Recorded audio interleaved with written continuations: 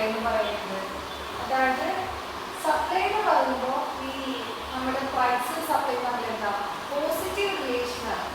മറ്റു കാര്യങ്ങൾക്ക് വേറെ സ്ഥിരതയ്ക്കാണെങ്കിൽ വേറെ പ്രശ്നങ്ങളൊന്നുമില്ലെങ്കിൽ പ്രൈസ് കൂടുമ്പോൾ എന്താണ് സപ്ലൈയും കൂടും, പ്രൈസ് കുറയുമ്പോൾ എന്താ സപ്ലൈയും കുറയും. അപ്പോൾ ഒരു നിശ്ചിത വിലയ്ക്ക് ഒരു നിർദ്ദിഷ്ട കാലയളവിൽ വിൽപ്പനയ്ക്ക് വേണ്ടി വയ്ക്കുന്ന ഒരു സാധനത്തിൻ്റെ അളവിനെ ആ സാധനത്തിൻ്റെ സപ്ലൈ എന്ന് വിളിക്കുന്നു. ഒരു നിർദ്ദിഷ്ട സമയപരിധിക്കുള്ളിൽ വിവിധ വിലകളിൽ ഒരു സാധനത്തിൻ്റെ വിവിധ അളവുകൾ വിൽപ്പനയ്ക്കായി വയ്ക്കുന്നതിനെയാണ് എന്ത് ആ സാധനത്തിൻ്റെ സപ്ലൈ എന്ന് പറയുന്നത്. ഒരു സാധനത്തിൻ്റെ സപ്ലൈ അതിൻ്റെ വിലയെ ആശ്രയിച്ചിരിക്കുന്നത് പോലെ തന്നെ എന്താണ് സാധനത്തിൻ്റെ ഒരു സാധനത്തിൻ്റെ വില എന്ന് പറയുന്നതിൽ ഡിമാൻഡിൽ ആശ്രയിച്ചിരിക്കുന്ന പോലെ നമ്മുടെ സാധനത്തിൻ്റെ സപ്ലൈ എന്ന് പറയുന്നത് അതിൻ്റെ വിലയിലും ആശ്രയിച്ചിരിക്കുന്നു. വിലയിൽ വരുന്ന മാറ്റം അനുസരിച്ച് ഒരു സാധനത്തിൻ്റെ സപ്ലൈയിലും മാറ്റം വരുന്നതാണ്. ആ സപ്ലൈ എന്ന് പറയുന്ന മലയാളം ടേമാണ് പ്രധാനം എന്ന് പറയുന്നത്. ഓക്കെ, ഡിമാൻഡിൻ്റെ പോലെ തന്നെ സപ്ലൈയുടെ കാര്യത്തിലുണ്ട് സമയപരിധി കണക്കിലെടുക്കേണ്ടതുണ്ട്. ഓക്കെ, അപ്പോൾ നമുക്ക് ഈ സപ്ലൈയുടെ കുറച്ച് വേരിയസ് ഡിറ്റർമിനൻസ് ഏതൊക്കെയാണ് നോക്കാം. പ്രധാന ഘടകങ്ങൾ ഏതൊക്കെയാണ് നോക്കാം. ആദ്യം പറഞ്ഞാൽ ഗോൾസ് ഓഫ് ഏരിയ. ഉൽപാദന യൂണിറ്റിന്റെ ലക്ഷ്യങ്ങളിൽ ഒന്നാണ് എന്ത് സപ്ലൈ ഡിറ്റർമിനൻസ് വരുന്നത്. അതായത് വേരിയസ് സപ്ലൈ നിർണ്ണയിക്കുന്ന കുറച്ച് ഘടകങ്ങൾ. അതാണ് various determinants of supply. First വരുന്നതാണ് ഗോൾ ഓഫ് ഫേം, അതായത് ഉൽപാദന യൂണിറ്റിന്റെ ലക്ഷ്യങ്ങൾ. എന്തായിരിക്കും ഒരു ഉൽപാദന യൂണിറ്റിന്റെ പരമപ്രധാനമായ ലക്ഷ്യം എന്താ ലാഭം ഉണ്ടാക്കുക എന്നുള്ളതാണ്. അല്ലാതെ കുറച്ച് നമ്മുടെ ജോലിക്കാർക്ക് നമ്മുടെ പണിക്കാർക്ക് അല്ലെങ്കിൽ നമ്മുടെ കീഴിൽ വർക്ക് ചെയ്യുന്നവർക്ക് മന്ത്ലി സാലറി ഉണ്ടാകട്ടെ, അല്ലെങ്കിൽ ജനങ്ങൾക്ക് ഫ്രീ ആയിട്ട് സാധനം അങ്ങനെ ഒന്നല്ലോ. ഏതൊരു ബിസിനസ്സിന്റെ എന്താ അൾട്ടിമേറ്റ് എയിം എന്ന് പറയുന്നത് എന്താണ് ലാഭം ഉണ്ടാക്കുന്നതാണ്. മൊത്തം വരുമാനം ഏറ്റവും ഉയർത്തിരിക്കുകയും മൊത്തം ചെലവ് ഏറ്റവും താഴ്ന്നിരിക്കുകയും ചെയ്യുമ്പോഴാണ് ഒരു ഉൽപാദന യൂണിറ്റ് ഏറ്റവും കൂടുതൽ ലാഭം ഉണ്ടാക്കുന്നത്. ഉൽപാദന യൂണിറ്റിന്റെ മറ്റു ലക്ഷ്യങ്ങൾ ഏറ്റവും കൂടുതൽ വിൽപ്പന, കമ്പോളത്തിന്റെ ഏറെ ഭാഗവും നേടിയെടുക്കൽ, ഏറ്റവും കൂടുതൽ ഉൽപാദനം തുടങ്ങിയവയാണ് എന്ത് ഒരു ബിസിനസിന്റെ ലക്ഷ്യങ്ങളായിട്ട് വരുന്നത്. അപ്പൊ ഇതിനൊരു ലക്ഷ്യമുള്ളപ്പോൾ എന്താണ് അവിടെ സപ്ലൈയും ഉണ്ടായിരിക്കണം അല്ലെ. ലാഭം ഉണ്ടാവണമെങ്കിൽ എന്താണ് ആ പ്രൊഡക്റ്റിന്റെ സപ്ലൈയും ഉണ്ടായിരിക്കണം. അടുത്തതാണ് price of the commodity. Price of the commodity ഒരു ഉൽപാദന യൂണിറ്റ് സപ്ലൈ ചെയ്യുന്ന സാധനത്തിന്റെ അളവ് ആ സാധനത്തിന്റെ വിലയെ ആശ്രയിച്ചിരിക്കുന്നു. മറ്റ് ഘടകങ്ങളുടെ വിലയിൽ മാറ്റം സംഭവിക്കുന്നില്ലെങ്കിൽ ഒരു സാധനത്തിന്റെ വില ഉയരുമ്പോൾ അതിന്റെ സപ്ലൈയും വർദ്ധിക്കുകയും വില താഴുമ്പോൾ സപ്ലൈയും കുറയുകയും ചെയ്യുന്നു. അതായത് നേരത്തെ പറഞ്ഞ തന്നെ പ്രൈസ് കൂടുമ്പോൾ എന്താണ് വില കൂടുമ്പോൾ എന്താണ് സപ്ലൈയും കൂടുന്ന പറയുന്നത്. വില കുറയുമ്പോൾ എന്താണ് സപ്ലൈ കുറയുന്നു എന്നാണ് പറയുന്നത്. അടുത്തതാണ് പ്രൈസ് ഓഫ് ഓതർ കമ്മോഡിറ്റീസ്.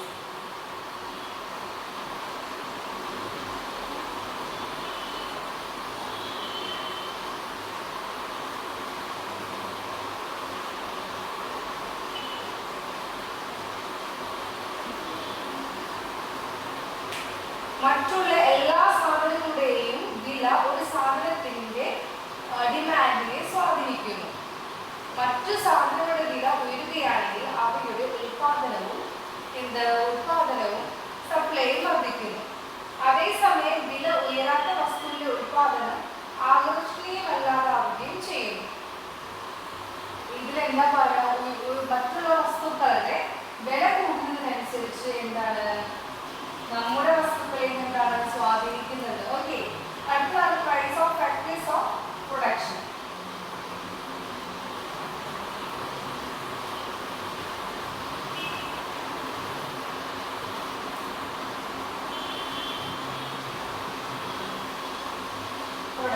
ഒരു ഉൽപാദന ഘടകത്തിന്റെ വിലയിലുണ്ടാകുന്ന വർധനവ് ആ ഉൽപാദന ഘടകം കൂടുതൽ ഉപയോഗിച്ച് ഉൽപ്പാദിപ്പിക്കുന്ന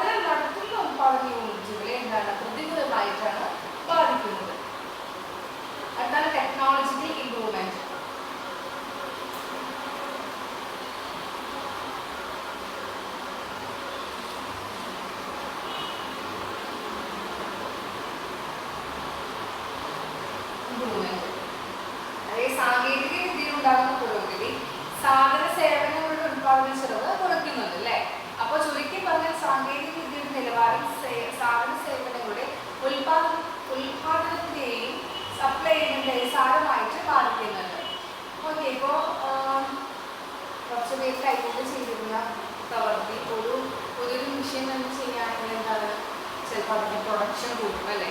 പ്രൊഡക്ഷൻ കൂട്ടി കൂടുതൽ എന്താണ് മാർക്കറ്റിൽ എത്തിക്കാൻ കഴിഞ്ഞാൽ എന്താണ് കൂടുതൽ സപ്ലൈയിലേക്ക് വഴിയാക്കുന്നത്. ഓക്കെ,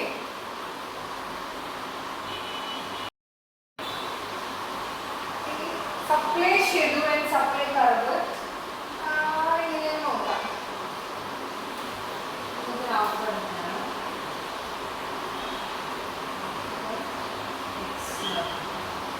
അപ്പോൾ നമ്മൾ ആപ്പിൾ വെച്ചിട്ട് ഇപ്പോൾ ആപ്പിള്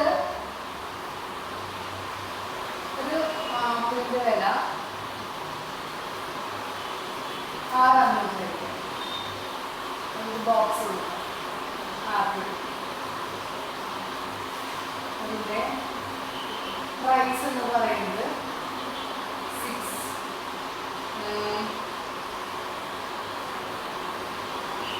ആപ്പിളിൻ്റെ സപ്ലൈ KG-ലാണ് കൊടുത്തേക്കുന്നത്, കിലോഗ്രാമിൽ 60 6 രൂപയായിരിക്കുമ്പോൾ 30 കിലോയാണ് കിട്ടുന്നത്. 5 രൂപയാകുമ്പോൾ 25 കിലോയാണ് കിട്ടുന്നത്. 4 രൂപ 2 രൂപ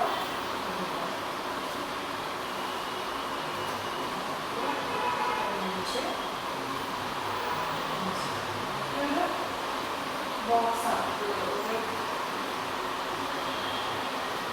ഇവിടെ എന്താ പ്രൈസ്, ഇവിടെ സപ്ലൈ 1 2 3 4 5 6 ഇവിടെ 5 10 15 25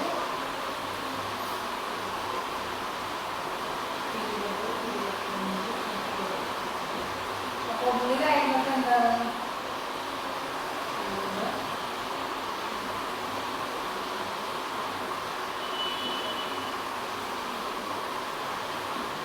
ഇതിങ്ങനെ പോകില്ല. അപ്പൊ ഇതെന്താ ഉദ്ദേശിക്കണേ? ഇപ്പോ ആപ്പിള് 6 രൂപയെന്ന് വിചാരിക്കും, കിലോന് 6 രൂപയായിരുന്നപ്പോ 30 കിലോ വിറ്റു. ചിലപ്പോൾ അത് ഫ്രഷ് അപ്ലൈ അല്ലേ?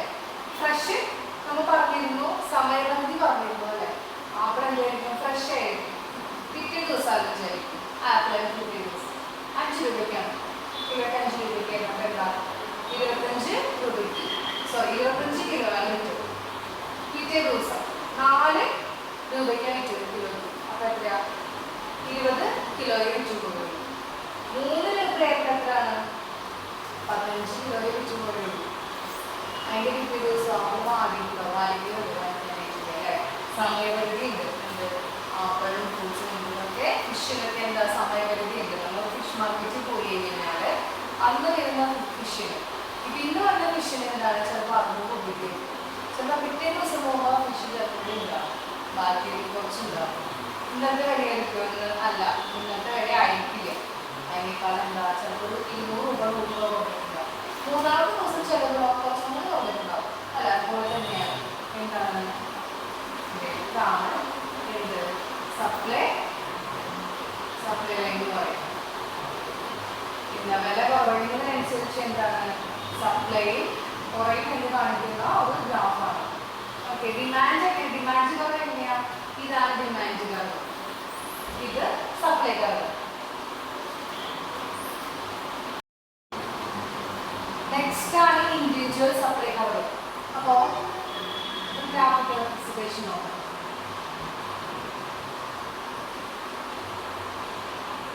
Individual supply curve. ഇവിടെ പ്രൈസ് ഉണ്ട്, ഇവിടെ സപ്ലൈ ഉണ്ട്.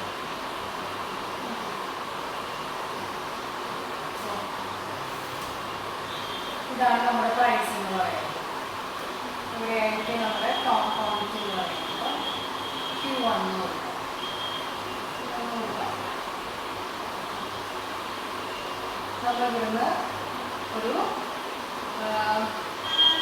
എന്താണ് കുറച്ച് പ്രൊഡക്ട്സ് വാങ്ങി, അല്ലെങ്കിൽ ഒരു പ്രൊഡക്ട്സ് വാങ്ങിയിട്ടുണ്ട്. ഒരു വ്യക്തി P1 എന്ന പ്രൈസിൽ കുറച്ച് സാധനങ്ങൾ എന്താ സപ്ലൈ കൊടുത്തിട്ടുണ്ട്. അതായത് 25 രൂപയ്ക്ക് എന്താ 5 കിലോ കിട്ടിയെന്ന് വിചാരിക്കും. 5 കിലോ അതാണ് ഈ ലൈൻ എന്ന് പറയുന്നത്. 25 രൂപയ്ക്ക് 5 കിലോ. സെയിം പ്രൈസിന് അവരെന്താണ് 25 രൂപ തന്നെ എന്താ 10 കിലോ ആണ്. വലിയ വ്യത്യാസമില്ല. ഏതാ ക്വാണ്ടിറ്റി കൂട്ടി, ക്വാണ്ടിറ്റി കൂട്ടി. അവിടെ നിന്നൊരു ഷിഫ്റ്റ് വരും. എന്താ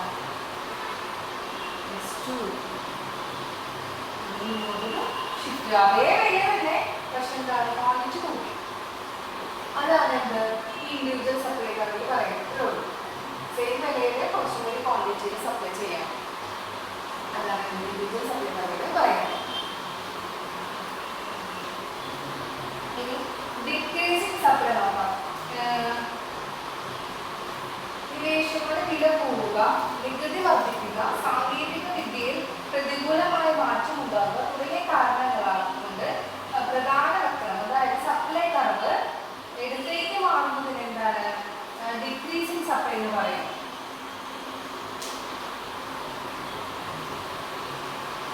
ഡിക്രീസിങ് സപ്ലൈ എന്ന് പറയുന്നത്. അതുപോലെ തന്നെ ഇൻക്രീസിങ് സപ്ലൈ ഉണ്ട്. അതായത് വിദേശങ്ങളുടെ വില കുറയുക, നികുതി കുറയുക, സാങ്കേതിക വിദ്യയിൽ അനുകൂലമായ മാറ്റം ഉണ്ടാകുക തുടങ്ങിയ കാരണങ്ങൾ കൊണ്ട് പ്രധാന വക്രം സപ്ലൈ കർവ് വലത്തേക്ക് മാറുന്നത് എന്താണ് ഇൻക്രീസിങ് സപ്ലൈ എന്ന് പറയുന്നത്. ഇങ്ങനെ രണ്ട്